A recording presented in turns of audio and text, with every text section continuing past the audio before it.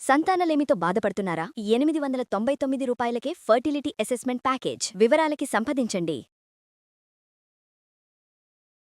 నమస్తే రమ్మగారు. నమస్తే జయ. రమ్మగారు, అన్ని దానాల్లోకెల్లా అన్నదానం చాలా గొప్పదని చెప్తుంటారు కదా. దీనికి సంబంధించి మహాభారతంలోని కొన్ని స్టోరీస్ కూడా మనం చెప్పుకున్నాం. అలాంటిది ఏమన్నా స్టోరీస్ ఉన్నాయా? దాన మహిమ చాలా మంచి మంచి కథలు ఉన్నాయి జయ. చందమామ కథ ఒకటి నేను చదివాను. అయితే ఈ మధ్య ఇవాళ లేదా నిన్న ఒక ఆవిడ పంపించారు నాకు ఆ కథ. చాలా నచ్చింది అండ్ నేను ఇదివరకు చదివిందే. సరే అది చెప్దామని కరెక్ట్గా సిచ్యువేషన్ కుదిరింది కదా. అవునవును. ఎక్కువగా వేస్ట్ చేసేది కూడా అన్నమేనండి. అన్నమే ఎక్కువగా పడేసేది మనం అన్నమే పడేస్తూ ఉంటాం. అవును, ఎక్కువ ఎక్కువ వండుకుంటాం. ఎవరో రారు మనకి, ఇంట్లో వాళ్ళు వేస్ట్ చేసేస్తాం. పూర్వం ఒక బ్రాహ్మణ ఆయన నిత్యము అన్నదానం చేసేవారు. ఆ ఊరు వచ్చిన అతిథి అభ్యాగతులు ఊళ్ళోంచి వెళ్ళేవాళ్ళు అలాగే కదా దానాలు చేసేవాళ్ళు. సహపంక్తిని భోజనానికి ఎవరైనా లేకపోతే తినకుండా ఉండిపోయేవాళ్ళు. ఎవరు రాకపోతే ఆ వీధిలో వాళ్ళని ఎవరినైనా వెళ్ళి ఏదో అక్కడే పని మీద వెళ్తున్నాడు, రాబోయే మా ఇంటికి భోజనానికి అని పిలిచి భోజనం పెట్టేవాడు. ఆయనకి ఇష్టం అట్లా. అయితే ఈ అన్నదానం చేయటం చాలా గొప్ప విషయం, కానీ అసలు దాని ఫలితం ఏమిటి తెలుసుకోవాలని అనిపించేది. వాళ్ళ ఇంటికి వచ్చిన వాళ్ళందరినీ అడిగేవాడు, అన్నదానం చేస్తే ఫలితం ఏం లభిస్తుందండి అని. ఏమో అన్నదానం చాలా గొప్పది, ఫలితం తెలీదు. అయితే ఒక ఆయన ఏమన్నాడంటే, అన్నదానం అంటే కాశీ అన్నపూర్ణని అడగాలి. అన్నపూర్ణ ఆవిడ అన్నదానం చేస్తుందమ్మ, ఆవిడ వల్లే కదా అన్నం వచ్చేది, అమ్మ చెప్పాలి సమాధానం దీనికి అన్నాడు. అంటే ఈయన ఏం చేశాడు, తన ప్రాంతం నుంచి బయలుదేరి కాశీనగరానికి వెళ్ళిపోయాడు. గంగ ఒడ్డును కూర్చుని పార్వతీదేవి కోసం, ఈ అన్నపూర్ణ స్వరూపంలో ఉన్న అమ్మవారి కోసం తపస్సు చేశాడట.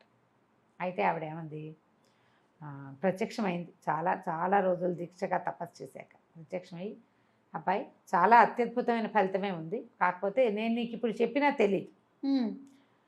హేమవత పర్వతం, ఆ పర్వత ప్రాంతానికి వెళ్ళు.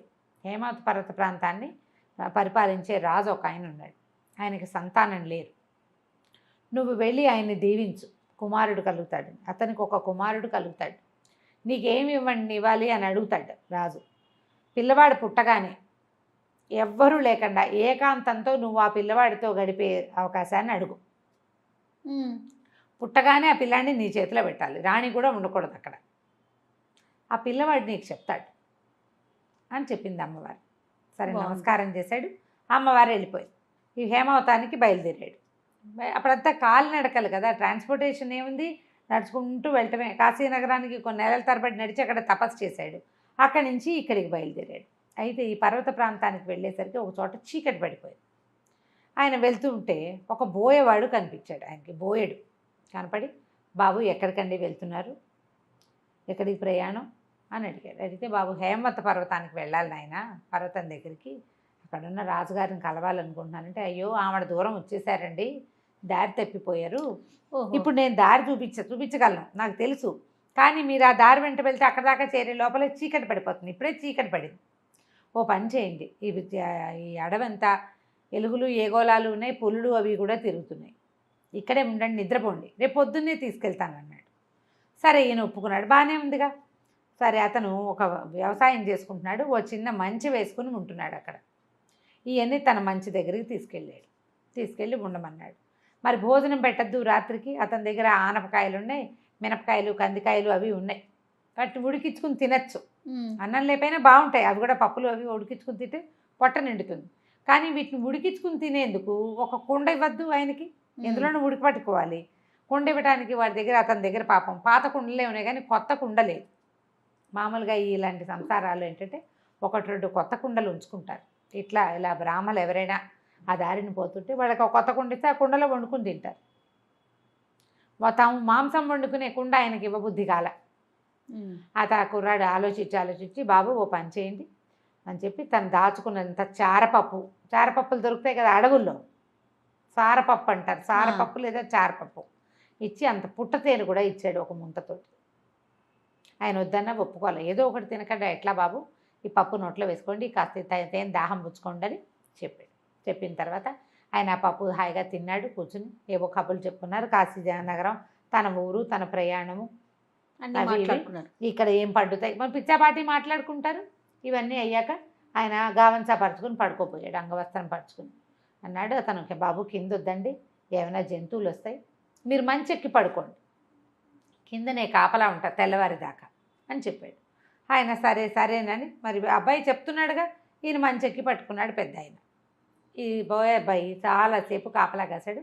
తెల్లవారుసామున చల్లని గాలికి కొంచెం కునుకు పట్టేసి ఆ ప్రాంతాల్లో తిరుగుతున్న పూలు ఒకటి మీద పడి అతను చంపేసి అయ్యో సంహరించింది.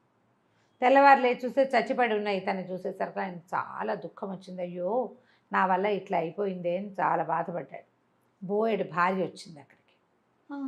చూసింది భర్తని గారు అని ఏడ్చింది. ఏం చేస్తుంది? అక్కడి నుంచి ఏమంది, అయ్యా పదండి మిమ్మల్ని హేమవత పర్వతానికి దింపుతానంటే, అయ్యో అమ్మ నా వల్ల ఈ కష్టం వచ్చింది నీకు, నేను ఇలా మంచం మీద పడుకుంటే బాగుండేది. అతను కూడా అంత పెద్ద ఇద్దరు మనుషులు పడుకునే మంచ కాదు, మామూలుగా మంచం మీద పడుకున్నాడు, జంతువులు ఎక్కువ. నా వల్ల ఇలా అయిందంటే మా కర్మానుభవానికి నువ్వేం చేస్తావు నాయన? మా కర్మ ఇప్పుడు మా ఇంటి మాకు ఎవరైనా గెస్ట్ వస్తే మేము పైనే పడుకోబెడతాం, పర్వాలేదని చెప్పి అమ్మాయి ఏం చేసింది, ఆయనకి ఆమడ దూరం ఆయనతో పాటు వెళ్ళి ఆ హేమవత పర్వత ప్రాంతంలో ఉన్న రాజ్యానికి దారి చూపించి వెనక్కి వచ్చి భర్తతో సహగమనం చేసేసింది. ఆయనకు తెలుసు అమ్మాయి సహగమనం చేస్తుందని. అప్పటి ఆచారాలు అవి, ఎవరు లేరు వాళ్ళ జీవితానికి. అయితే ఈయన అక్కడికి వెళ్ళాక రాజ్యంలో రాజుగారిని చూశాడు. చూసి రాజుకు చెప్పాడు, మీకు సంతానం కలుగుతుంది, ఒక పిల్లవాడు పుడతాడు అని. ఆయన రాజు చాలా సంతోషించాడు. ఏమైనా మీకు ఇస్తానన్నాడు. నాకేమీ ఇవ్వద్దు, పిల్లవాడు పుట్టగానే నా చేతిలో పెట్టు, ఏకాంతంగా పిల్లవాడిని చూడాలి నేను అన్నాడు. తమ రాజ్యంలోనే ఉంచుకున్నారు. సంవత్సరం తిరిగేసరికి రాణి గారికి కుమారుడు కలిగాడు.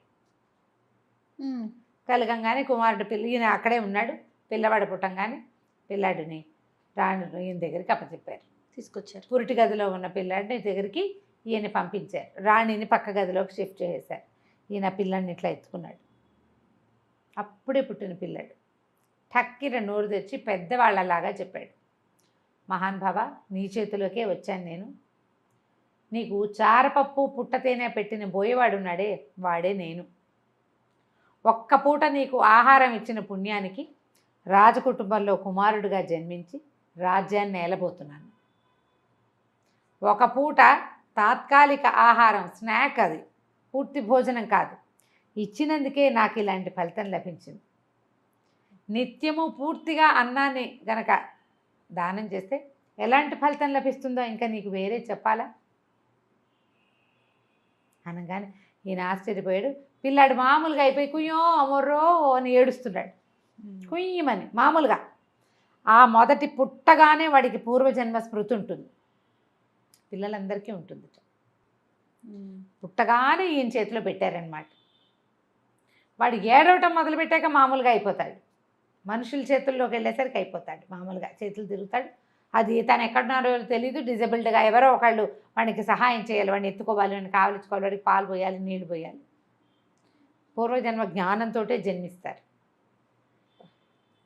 చెప్పేసరికి ఈయన సంతోషంగా తన వల్ల మరణించిన బోయవాడు రాజకుమారుడుగా జన్మించినందుకు సంతోషించి, అమ్మ ఎలాంటి చూపుతో చెప్పింది ఇది నాకు జరగబోయేదాన్ని, ఇంత ఫలితం లభిస్తుంది, అన్నదానం చేసిన వాడికి ఇంత పరమాద్భుతమైన ఫలితం లభిస్తుంది.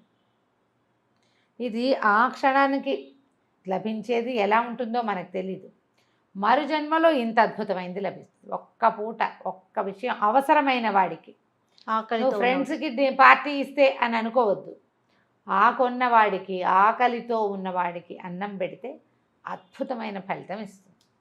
అత్యద్భుతమైన కథ రమ్మగారు కదా, చాలా చాలా చందమామ ఆచరించాల్సింది. అవును. నమస్తే. నమస్తే.